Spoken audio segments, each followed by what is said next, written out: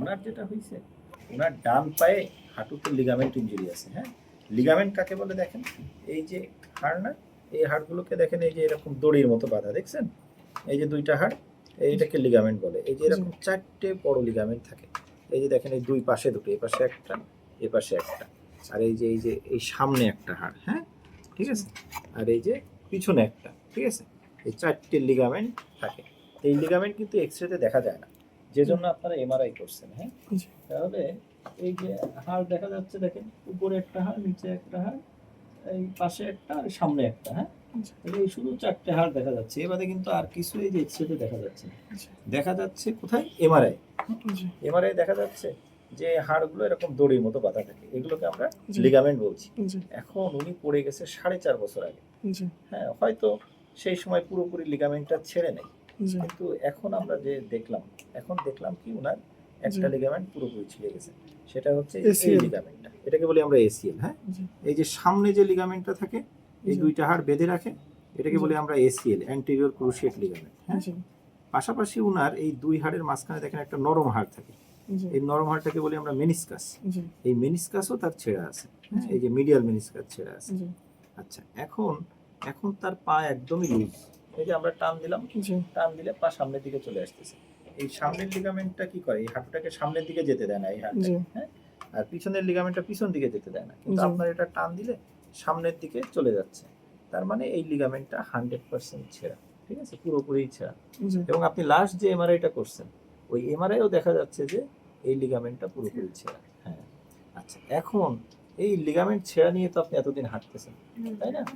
আপনি ব্যথা নিয়েই হাঁটতেছেন, হাঁটতে হাঁটতে এখন এমন একটা পর্যায়ে আসছে যে আপনি অসহনীয় হয়ে গেছে। হ্যাঁ, অসহনীয় হয়ে গেছে। এখন এই লিগামেন্ট ছেঁড়া থাকলে অসুবিধা কি? একটা তো ঘুরে যাচ্ছে, সরে যাচ্ছে, পড়ে যাচ্ছে, এটা একটা যেমন হয়। আরেকটা হয় কি, এই নিচের হাড়ের পরে উপরের হাড়ের চাপ অনেক বেড়ে যায়।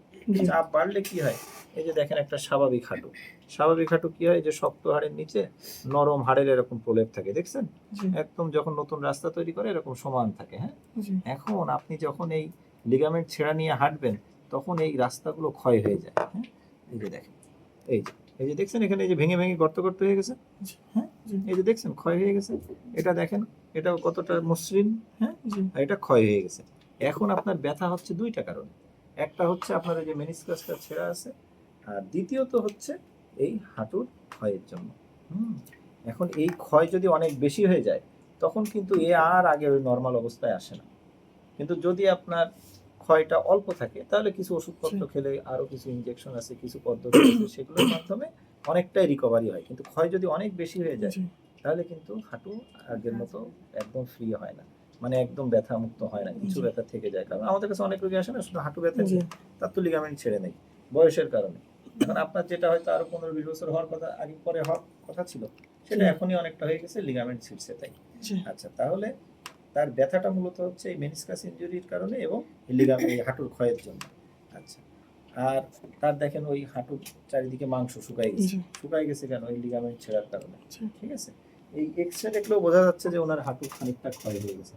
এই যে দেখেন এই পাশে যে দুই হাড়ের মাঝখানে যে ফাঁকা মানে কি, এখানে এই নরম হাড়টা আছে, এই যে মেনিসকাসটা, এর পাশে দেখেন একটু ভালোই আছে, এর পাশে দেখেন অনেক কমে গেছে, দেখছেন হাড় কাছাকাছি চলে আসছে।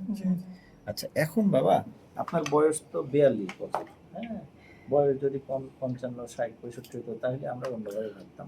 কিন্তু সে কিন্তু এখন জীবনের অর্ধেক সময় আসছে, উপরওয়ালা সুস্থ মৃত্যু দিলে আপনি আরো 40-50 বছর বাঁচবেন। হ্যাঁ, তো এতদিন তো এই লিগামেন্ট ছেঁড়া নিয়ে চলা যাবে।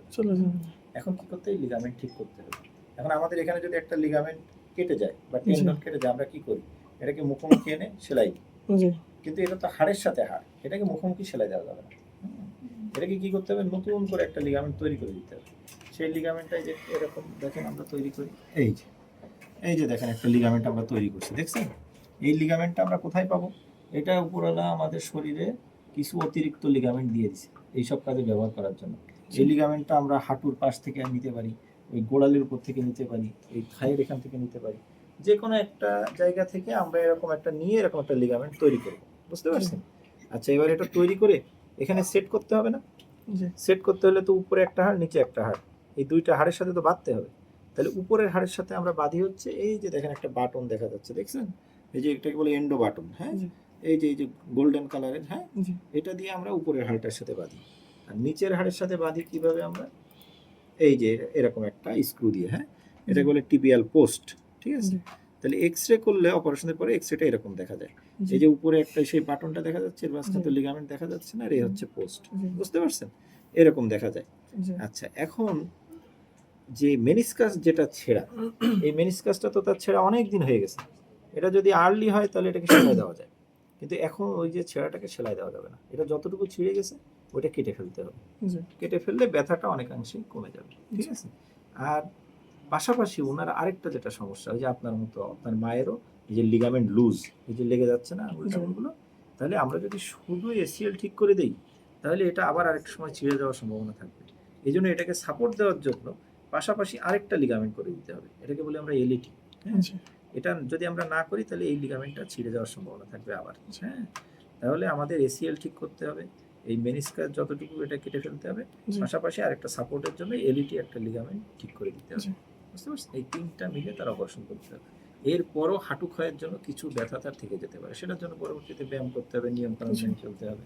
কিন্তু বাকি এই কাজটুকু অসহনীয় আপনার- যন্ত্রণা তো থাকবে না। না, ওই অসহনীয়টা থাকবে না, কিন্তু এটাও, এই যে হাড় ক্ষয়টা এখন কিন্তু আমরা পুরোপুরি দেখতে পাচ্ছি না, কিন্তু জি যখন আমরা এর ভেতরে ক্যামেরা, আমরা এই যে অপারেশনটা কিভাবে করি, এই যে দেখেন, এই যে মাত্র এরকম 3টা ছিদ্র থাকে ছোট ছোট হাঁটুতে, হ্যাঁ, কোনো বড় ধরনের কোনো কাটাকাটি নেই। জি এই যে দেখেন, এই যে দেখছেন, আমরা এই ক্যামেরা ঢুকাইছি এই হাঁটুর মধ্যে, হ্যাঁ, জি জি ক্যামেরা ঢুকানোর পরে এই যে মনিটরে সব দেখা যায়। জি এটা কিন্তু কনফার্মেটরি, হ্যাঁ, যে এটা দেখা মানে এটা দেখলে আমরা বুঝতে পারি যে তার কোনটা ছেঁড়া কোনটা ভালো। এটা আপনাদের কাছ থেকে আমরা মোবাইল নিয়ে আমরা সব ভিডিও করে দিয়ে দেবো যে আমাদের জি। অপারেশনের সময়, হ্যাঁ। তাহলে এইভাবে করে আমরা এই অপারেশনটা করি, এটাকে বলে আর্থ্রোস্কোপিক সার্জারি। জি জি তাহলে এই আর্থ্রোস্কোপিক সার্জারির সময় আমরা দেখব যে এটা কতখানি ক্ষয় হয়েছে, এটা কি এই যে এতখানি ক্ষয় হয়েছে, জি নাকি এই যে এত অল্প ক্ষয় হয়েছে, নাকি বেশি ক্ষয় হয়েছে, হ্যাঁ, জি নাকি একদম অল্প ক্ষয় হয়েছে। জি এই ক্ষয়টা একদম ভালো বোঝা যাবে ওই মেশিন দিয়ে যখন আমরা নিজ চোখে দেখবো, বুঝতে জি। পারছেন? তখন ওই ক্ষয়ের স্যার, চিকিৎসা এখন করতে তাহলে হবে। চিকিৎসার পরবর্তী আমরা কিভাবে কি প্রস্তুতি নিতে পারি এই চিকিৎসা বিষয়ে? পরবর্তী আমরা টাইম টু টাইম বলে দেবো। যদি আমরা ওই যে এলইটি করা লাগে, এলইটি যদি করি তাহলে আমরা 3 সপ্তাহ পর থেকে পুরোপুরি হাঁটতে দিই। আর যদি এলইটি না লাগে তাহলে 2 সপ্তাহ পর থেকে আমরা পুরোপুরি হাঁটতে দিই, ব্রেস আচ্ছা, ব্যবহার করতে আচ্ছা, হয়, আচ্ছা। হ্যাঁ। এটা টাইম টু টাইম আমরা ব্যায়াম শিখাই দেবো। অপারেশন হচ্ছে 50% আর 50% হচ্ছে ব্যায়াম।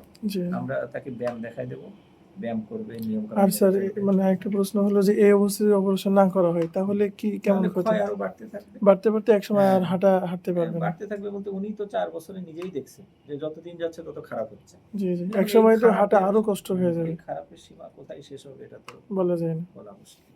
এটা যেহেতু আমি আর্থ্রোস্কোপিক সার্জন, আমার কাছে আসছেন মানে এটা আমি অপারেশনের কথাই বলবো, জি জি কারণ এটা অপারেশনই আইডিয়াল চিকিৎসা। জি জি এবং আপনি এটা যে কোনো আর্থ্রোস্কোপিক সার্জনকে দেখাইলে, অপারেশন ছাড়া এটার কি কোনো বিকল্প হতে না, পারে? এটা আমাদের কাছে নাই। জি জি এবং এটা আপনি যে কোনো আর্থ্রোস্কোপিক সার্জনকে দেখাইলে সে এটা অপারেশনের জি কথাই জি বলবে। হুম, বুঝতে পারছেন? শেষ তাহলে বোঝা গেল তো মোটামুটি। জি, শেষ করুন। হ্যাঁ, শেষ করি।